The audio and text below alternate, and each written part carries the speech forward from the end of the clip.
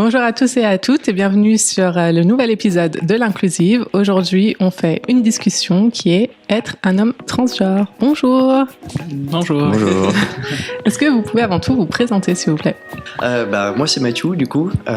J'ai 30 ans et voilà, j'ai commencé ma transition après être parti de l'armée, donc j'avais à peu près 24 ans, quelque chose comme ça. Moi, du coup, c'est Adam. J'ai commencé ma transition en 2019 après ma prépa, pendant mon année de licence. Et là, maintenant, je suis en Master 1 de philosophie et je passe en Master 2, du coup, l'année prochaine et j'ai 23 ans. Enchanté, moi, c'est Maxence. Je vais avoir 22 ans dans une semaine. Et je suis actuellement en fin de cursus de graphisme. Je suis en stage. Et j'ai commencé ma transition, pareil que toi, 2019, fin 2019. Donc, quand je venais d'avoir 20 ans. Je profite de ce petit écart d'âge pour savoir si est-ce que ça a joué le fait que maintenant le monde s'ouvre un peu plus l'esprit à ce sujet pour que vous, ça s'est passé un peu plus tôt ou Oui, moi énormément personnellement. Ah ouais? Ouais, grâce au réseau en fait, YouTube et tout. C'est comme ça, sinon je savais pas que les mecs trans existaient en fait avant que j'arrive au lycée. Donc s'il y avait pas YouTube ou les podcasts, Ouais, moi pareil, c'est par Instagram et après on cherche par rapport à Internet, etc. Enfin, si on n'a pas Internet, en fait, on peut pas trouver d'informations, donc du coup, sinon ça aurait été vraiment compliqué. Moi, c'était sur Tumblr, du coup. Ah ouais. C'est là on voit la différence générationnelle. Là, je prends un petit coup, là. C'était surtout sur Tumblr où il y avait beaucoup de photos, des trucs comme ça, et du coup... Moi, je sais que j'avais commencé à me renseigner quand j'étais à la fac, mais c'était vraiment les toutes premières questions, etc. Enfin, c'était vraiment... Il n'y avait pas beaucoup d'infos facilement. Ouais. Je suis tombé sur un forum après, donc ça allait. Mais ça a pris un peu de temps. Et pourtant, il n'y a pas tant d'écart que ça, quoi. Est-ce que vous pouvez expliquer ce qu'est un homme transgenre? Un homme transgenre, c'est une personne qui a été assignée fille à la naissance, qui ne se reconnaît pas dans son genre de naissance. Un homme trans peut être non-binaire. Un homme trans peut se sentir homme, mais c'est quelqu'un qui ne se reconnaît pas en tout cas dans son genre assigné à la naissance. Donc moi je me considère comme transmasculin, personne transmasculine. Voilà, je sais qu'il y a des personnes trans qui se considèrent non binaires. Mais en vrai, ouais, moi c'était un peu l'impression de porter un déguisement en fait en permanence. Et du coup c'est pour ça que ça a vraiment fait tilt quand j'étais à l'armée, c'est parce que je portais l'uniforme en plus de mon déguisement de base de fille, quoi. Du coup dans la glace ça passait plus du tout, quoi, au bout d'un moment. Ouais, la dissociation entre ce que tu penses être et ce que tu vois, quoi, au final, c'est il y a vraiment quelque chose qui va pas, quoi. Et au final, c'est vrai que ça, depuis que j'ai commencé ma transition et tout, mon image de moi a tellement évolué, c'est ouf, quoi. On se réapproprie le corps et tout, et puis on a une autre image. Enfin, moi, j'ai une image beaucoup plus positive de moi et de mon corps maintenant, quoi. Déjà, je m'imagine plus vieux, et ça, c'est super. La projection, c'est hyper... j'ai l'impression que c'est commun, beaucoup de personnes qui ont une transition, quand on transitionne, on se reprojette à nouveau, alors qu'avant, moi, personnellement, je le faisais pas. J'imagine que toi aussi, du coup, d'après ce que tu dis, et ça, c'est plutôt fou. C'est très positif, quoi. Est-ce que c'est-à-dire que vous visualisez même pas dans le futur, en fait, à l'époque? Moi, pas du tout. Pas du tout. Je pensais que j'allais juste finir ma vie au bout de 4 mois, quoi. Je me projetais pas du tout les études, rien. Alors qu'avant, j'étais hyper ambitieux, j'avais envie de faire plein de choses et la dysphorie est arrivée. Voilà. Et du coup, elle fait transitionner et quand on se réapproprie son corps, en fait, on se reprojette. Et ça, c'est ce qui donne envie de te lever tous les matins, quoi. Je pense qu'il y a aussi le fait que te projeter, souvent tu te dis dans je sais pas 10 ans je serai une femme casée avec des enfants, ou alors je serai institutrice, et souvent vu que les mots français sont très genrés, du coup si tu veux être par exemple instituteur, tu vas te dire mais non, j'ai pas envie d'être institutrice. Donc du coup en fait ça te casse ton rêve parce que le genre est pas bon. Et pareil, je pense, enfin je sais pas si ça vous l'a fait aussi pour les activités externe, j'allais dire aux professionnels, mais moi je faisais du théâtre. Et au théâtre, t'es une fille. Donc tu joues un rôle de fille. Et à chaque fois, j'étais en mode. Non, je peux avoir le rôle Et masculin. du coup, j'ai arrêté le théâtre parce que à chaque fois, j'étais voilà l'institutrice, la femme de chambre, voilà. Et c'était très risible. Enfin, les pièces étaient plus ridicules qu'autre chose, je trouve, à mon goût. Parce que pour le coup, moi, habillée en fille, je suis vraiment déguisée. Ouais, carrément. Moi, c'est rigolo, quoi. Si vous voulez rire, mettez-moi une robe. Tu as parlé justement de dysphorie, et j'en ai souvent entendu parler, mais pour les personnes qui nous regardent ou nous écoutent, est-ce que vous pouvez expliquer ce que c'est et comment ça se passe? En fait, la dysphorie, c'est un terme qui s'applique déjà à toute personne. Le terme dysphorie, ça veut dire mal-être. Donc, nous, on souffre de dysphorie de genre. Donc, c'est-à-dire, c'est ce qu'expliquait tout à l'heure Max, c'est que on n'est pas dans notre bon genre et on ressent un mal-être par rapport à notre genre. Mais il y a plein de dysphories qui existent et le simple fait en fait d'avoir un mal-être, ça peut s'appeler dysphorie. Ok, merci. J'aimerais savoir aussi pourquoi on ne doit plus utiliser le terme de transsexuel. Une personne transsexuelle, d'après ce que j'ai compris, moi ça fait du coup, je suis arrivé après la bataille, on était déjà transgenre, mais d'après ce que j'ai compris, c'est une personne qui souhaite changer l'apparence de ses organes génitaux, parce qu'il y a le terme sexe dedans. Aujourd'hui, on a compris que le genre et le sexe, c'est deux choses bien distinctes, les parties génitales et quand je dis sexe, c'est partie génitale, et le genre auquel on s'identifie, c'est bien deux choses différentes. C'est-à-dire que un homme est un homme même s'il n'a pas pénis, une femme est une femme même si elle n'a pas de vagin, si elle se dit qu'elle est une femme. Donc transsexuel, c'est réducteur en fait. C'est réducteur parce que ça n'englobe pas les gens qui ne souhaitent pas tout simplement subir d'opérations de restauration sexuel, comme beaucoup de personnes trans ne souhaitent pas subir cette opération, donc elles se disent transgenre, parce qu'on change de genre et non pas de sexe. Voilà. Moi, je suis arrivé où c'était le moment où effectivement ça commençait à plus se dire, quoi, en gros. Donc j'étais genre, ok, transgenre, très bien, ou transidentitaire pour le coup, parce qu'effectivement ça avait plus l'accent sur la personne que tu es plutôt que ton physique aussi, quoi. C'est ça. Alors que transsexuel, c'était vraiment l'aspect physique, l'aspect des fois aussi impressionnant de la transformation aussi, et ça qu'on retrouve souvent dans les films aussi, dans les représentations qu'on peut avoir. Mais il y a encore des gens qui s'identifient comme transsexuels et c'est parfaitement ok. Il y a des gens, voilà. Mais c'est vrai que transgenre, on va dire que c'est un terme plus parapluie pour les transidentités, quoi. Voilà. Alors, comment ça s'est passé pour vous à l'intérieur de vous quand vous avez capté que en fait vous étiez dans le mauvais corps? C'était compliqué. Je peux commencer? Je me permets. Moi, en fait, j'ai eu beaucoup de mal avec me sentir légitime, en fait. Je sais pas si moi, j'ai eu un problème de légitimité beaucoup, parce que j'ai eu une enfance, j'ai eu des parents très ouverts, qui m'ont pas dit, t'es une fille, donc tu feras de la poupée. Pas du tout. J'ai grandi avec un grand frère, je faisais tout pareil comme mon grand frère. Ils m'ont jamais mis dans des sports genrés, ils m'ont toujours laissé faire ce que je voulais. Donc, en fait, mon rapport au genre est arrivé très tard, quand je suis arrivé au collège, avec la puberté qui te dans ta gueule. Et c'est là que j'ai capté, on attend de moi parce que je suis fille, on attend de moi que je fasse des choses pour que je rentre dans cette société, parce qu'évidemment quand on est au collège, c'est pas le meilleur environnement du monde pour se faire accepter. Donc moi personnellement je cherchais à me rentrer dans les cases, donc je faisais comme mes potes, quoi. Voilà, je faisais comme mes potes filles, je faisais tout pareil, je m'habillais pareil, je m'exprimais pareil, je me maquillais pareil, mais je sentais que c'était un déguisement, comme je disais tout à l'heure en fait, déguisement, mais c'était pas conscient en fait, pas du tout. J'étais tellement à fond dans mon déni que j'étais là en mode il faut absolument que je sois comme ça, il faut que les garçons soient attirés par moi, nanana et tout. Et en fait, quand je suis arrivé au lycée, je suis rencontré des personnes super qui m'ont dit mais sois toi-même, qu'est-ce qu'on s'en fout? On s'en fout que t'ailles acheter des pantalons chez les mecs, on s'en fout que tu veux te couper les cheveux, faire du skate, on s'en fiche. Donc c'était par couche en fait, moi. Ça a commencé par le style vestimentaire, après se couper les cheveux, ça a été une grosse étape, mais c'était toujours pas conscientisé en fait. Pour moi, j'étais juste une personne très masculine. Très androgyne, tout le monde me le disait, personne ne m'a jamais fait ressentir que c'était un problème. Donc pour moi, tout comme des roulettes, quoi. Et puis c'était en 2019 du coup, après pas mal de déni, beaucoup aussi de relations qui ont fait que je comprenais pas ce qui se passait en fait avec mon corps.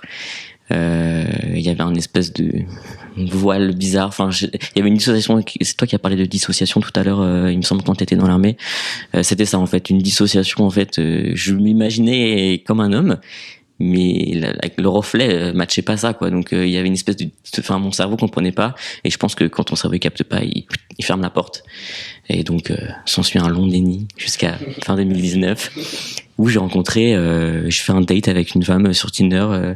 Premier date, elle me dit mais tu vas pas de la dysphorie de genre? Et là, j'étais là, putain, mais oui, direct. Et j'étais là, mais et le déni sorti, et là c'est là où la dysphorie du coup est. Quand j'ai conscientisé, en fait, c'est là où la dysphorie a vraiment tapé fort et que je me suis rendu compte. Et voilà. Et après j'ai commencé ma transition quelques mois plus tard. Donc voilà. Merci à cette femme, si elle m'écoute aujourd'hui. Tu vas sauver ma vie. Voilà. Merci Tinder. Merci Tinder. Moi, par rapport à tout ce que tu disais au niveau de la conscience qu'on a, moi, ce qui a été très drôle, c'est j'ai eu à peu près la même enfance que toi, sauf que je suis enfant unique. Mais mes parents m'ont jamais éduqué dans. D'ailleurs, c'est très bizarre parce que mon père aurait plus tendance à être quelqu'un d'assez genré dans sa façon de voir, parce que voilà, ruralité. Enfin, c'est pas par conscience de lui-même, c'est juste ancré voilà dans la famille. Et du coup, j'ai été éduqué comme un petit garçon entre guillemets. Et du coup, c'est très drôle que j'ai eu une éducation comme ça, mais du coup, ça m'a voilé pendant pas mal de temps le fait que je me sentais pas forcément adéquate dans mon corps, parce que souvent, si on m'avait fait faire de la danse, par exemple, je sais que ça aurait pas matché du tout, et en fait, je me serais rendu compte très vite, alors que là, voilà, je faisais vraiment des sports que j'avais envie, etc. Mais par pointe, et en y repensant avec ma mère la dernière fois, je lui ai dit, mais en fait, on aurait pu le savoir hyper tôt, parce que par exemple tu parlais de se couper les cheveux. Personnellement, je me suis coupé les cheveux en CM2 par exemple. Puis après progressivement j'ai enlevé mes boucles d'oreilles, j'avais des boucles d'oreilles qui faisaient très féminines, j'ai enlevé les boucles, et après arrivé au collège, c'est là que la puberté arrive. Et moi personnellement, alors je serais incapable de vous ressortir le documentaire que j'avais vu, mais j'avais vu en fait une femme qui était skieuse professionnelle, et en fait elle avait jamais eu ses règles, etc. Et il s'était rendu compte en faisant des tests hormonaux, parce qu'en fait elle remportait tous les championnats, etc., qu'en fait c'était un homme, mais que ses hormones entre guillemets avaient mal développé le truc. Et que du coup, en fait, elle avait un corps de femme et ça s'était mal développé, mais le fait qu'elle ait pas ses règles prouvait que c'était un homme. Et moi, jusqu'à ce que mes règles arrivent, j'attendais et je m'étais dit, tu vas voir, c'est ça, en fait, t'es un garçon, mais en fait, c'était pas conscientisé pourtant, mais j'attendais que mes règles n'arrivent pas. Et le jour où c'est arrivé, j'étais en mode, ah, non. Bon, loupé. Et du coup, j'ai commencé, enfin, je sais pas si ça vous l'a fait, mais à voûter mes épaules pour cacher ma poitrine. Tout à fait, ouais. Et ça crée la technique du sac, essayer de se voûter énormément, mettre des pulls très amples, etc. Moi, je portais beaucoup de rayures aussi parce que j'étais persuadé que ça cachait, alors que pas du tout, mais bon, bref. Voilà. Cacher ses formes, en fait. T'as tenté. C'est ça. Et du coup, on met en place des petites choses comme ça, je pense, pour cacher. Et après, personnellement, par exemple, il y a la question de l'homosexualité qui s'est posée. Parce que du coup, je suis un homme trans hétérosexuel. Mais je m'identifiais pas à l'identité de lesbienne. Putain, et ça me posait problème. Mais voilà, et ça me posait énormément de problèmes. Moi, je disais que j'étais gay, en fait. Quand on me demandait, j'avais déjà fait mon coming out homosexuel, alors bien avant de faire mon coming out trans, mais j'aimais pas dire que j'arrivais pas, en fait. Donc je disais aux gens, je suis gay. Quand je l'ai dit à ma mère, par exemple, moi, ma mère qui est une personne très ouverte d'esprit, donc j'avais appelé un soir et je lui ai fait, maman, je crois que j'aime les filles, je dois être homosexuel et tout. Et le lendemain matin, je tournais, puis je vais la voir, je lui ai fait, maman, c'est pas ça. C'est pas ça, oublie ce que je t'ai dit hier soir, c'est pas ça. Sauf que alors que je sortais avec des filles, etc. Enfin, du coup, elle devait dire, il y a un crash test dans sa tête. Mais qu'est-ce qui se passe dans ton cerveau, mon fils? Et avec le recul, du coup, je me suis dit, cette phrase-là, typiquement, ça montre bien que c'était pas ça, effectivement, c'était autre chose. Et après, en fait, c'est arrivé. Moi, pas au lycée, c'était en prépa en fait, où les gens, j'ai toujours par contre eu un style très masculin, tout ça, je serrais la main aux garçons, voilà. Et arrivé en prépa, en fait, c'est les filles qui m'ont dit, mais tu veux qu'on te dise il ou elle? J'étais en mode, comment ça? Il y a une il y a une possibilité de changer de pronom, et du coup j'étais en mode il, du coup. Et mon meilleur ami en fait qui m'a connu avec mes parents m'avait vu avec mes parents, du coup, avec mon dead name, etc. Et il voyait qu'on m'appelait elle. Et du coup, donc lui disait elle et les filles disaient il. Puis au bout d'un moment, il m'a dit, mais qu'est-ce qui se passe? Mais dis-moi si tu préfères que je te dise il. Et j'étais en mode, oui, je crois. Et il était en mode, c'est bien, on fait comme ça. Et du coup, en fait, le fait que je sois tombé sur des personnes très ouvertes, après, ça a lancé. Et, pour un peu qu'il y a la conscience avant, en fait, avec les réseaux sociaux. Et après, je pense que ça se fait aux rencontres que quand tu vois que, c'est ouvert, tu pousses un peu plus les portes et t'avances doucement. Je sais pas où, et moi j'ai eu plein d'indices. Pareil, quand j'étais au lycée, peut-être en seconde, j'ai découvert la chaîne d'un mec trans américain qui faisait des vidéos sur la transidentité et tout, et j'ai eu une obsession pour lui. Mais pendant des mois, Pareil. une obsession, j'étais en mode, mais waouh, mais c'est dingue, il a le torse plat, il prend des hormones, il a une copine, il a l'air trop heureux et tout, mais je faisais pas le rapprochement, quoi. Et j'étais juste là en mode, c'est incroyable, genre j'étais fasciné par ce mec. Et après, j'ai juste oublié pendant 2 ans. Et aujourd'hui, quand j'y reprends, je me dis, mais Ouais, il y avait t'es con ou c'était juste devant toi et t'as pas capté, quoi, genre. Mais en vrai, quand j'étais petit, moi j'ai eu 3 frères, en gros. Et pareil, on a été élevés de la même manière. Ma mère, pragmatique, elle s'est dit, c'est les 4 mêmes, voilà, on va pas s'embêter avec ça. Donc du coup, on jouait de toute façon à se battre, etc. À la campagne, tranquillou, avec des bâtons comme ça, bref, pas dangereux du tout. Mais donc voilà, on faisait de toute façon tout ensemble, quoi, en gros, et sans distinction et tout. Je jouais avec leurs jouets, ils jouaient avec les miens. Enfin voilà, c'était easy. Et puis bah quand j'étais vraiment, mais en plus vraiment tout petit, ma mère elle a vite compris que les robes c'était pas une option. Et donc du coup bah elle m'a pas forcé en fait, elle m'en a pas fait porter. Et il y a eu le passage de coupage de cheveux aussi, mais quand j'avais 4 ans, quelque chose comme ça. C'est vraiment une anecdote dans la famille qui ressort parce que en gros c'est une après-midi, ma mère elle rentre, elle me voit avec un vieux ciseau tout pourri en train de me couper les cheveux à la sauvage, avec mon frère à côté qui se marre. Et donc moi je me suis pris la raclée de ma vie, mais n'empêche que bah, après j'avais les cheveux du coup tellement courts, c'était irrattrapable, donc on a dû vraiment tout remettre à zéro, tout couper très très court. Et ma mère me disait on te mettait au fond du couloir avec ton frère, on savait plus qui était qui. Et en fait moi j'étais super content, quoi. C'était juste trop bien. Et après bah il y a eu pendant l'enfance, on n'a pas forcément conscience de, effectivement, quand il y a une différence de genre, parce qu'on est enfant, en fait, on fait un peu tout ce qu'on veut, etc. Et j'avais pas forcément conscience aussi que c'était que c'était différent dans d'autres familles, quoi. Qu'il y avait des comment dire, des normes qui étaient un peu plus mises sur les filles que sur les garçons, quoi. Enfin, qu'il y avait des trucs différents, en fait, imposés, quoi. Et c'est vraiment avec le collège au fur et à mesure. Mais moi je me suis dit, inconsciemment c'était j'assume, en fait, je suis une femme, je vais faire en sorte de ressembler le plus possible à une femme, etc. Je me dis bon bah allez, tant qu'à faire, je suis coincé avec ça, autant y aller, quoi. C'était plus fatalité, quoi. C'était bon bah allez, quoi. Et et au final, c'est avec le lycée où je me suis dit putain, ça serait bien d'être un mec quand même. Mais c'était vraiment juste comme ça, c'était vraiment en surface. Et après, moi, je sais que ça m'a carrément, par contre, bloqué au niveau de la sexualité. C'était vraiment que je m'imaginais avec personne, quoi. C'était juste vraiment un flou bizarre. C'était non, c'est pas mon truc, je m'en fous, je suis pas intéressé, quoi. Et c'est à force de me dire putain, ce serait bien d'être un mec, etc. Il y a au fur et à mesure, j'ai joué aussi sur des forums RP. Bon, là aussi c'est vieux, sur internet, où je jouais forcément des personnages masculins aussi. Et au final, mes surnoms devenaient de plus en plus de toute façon des noms de personnages que j'avais, donc des noms masculins. Et à la fac, pour ma 3e année de licence, j'étais en coloc avec 2 nanas, ma meilleure pote et une pote qu'elle connaissait vaguement. Et ma meilleure pote, elle savait déjà qu'il y avait un chemin qui se faisait quand même dans ce sens-là. Vraiment, pour le coup, elle avait tilté, elle, pour le coup. Elle était nickel. Mais l'autre nana, c'était vraiment, par contre, hyper intolérante, quoi. Vraiment, elle avait eu des propos, un homme restera toujours un homme, tu peux pas changer ça, c'est un déguisement. Yes. Tu vois. Et toi, t'es là, genre, ok, très bien. Moi, ça m'a coupé, quoi. Dans mon élan, dans le petit, dans la petite brisure de coquille, non, là, c'était mort. Du coup, j'étais genre, d'accord, si le monde c'est comme ça, bon, bah, tant pis, je reste avec ce que j'ai, quoi.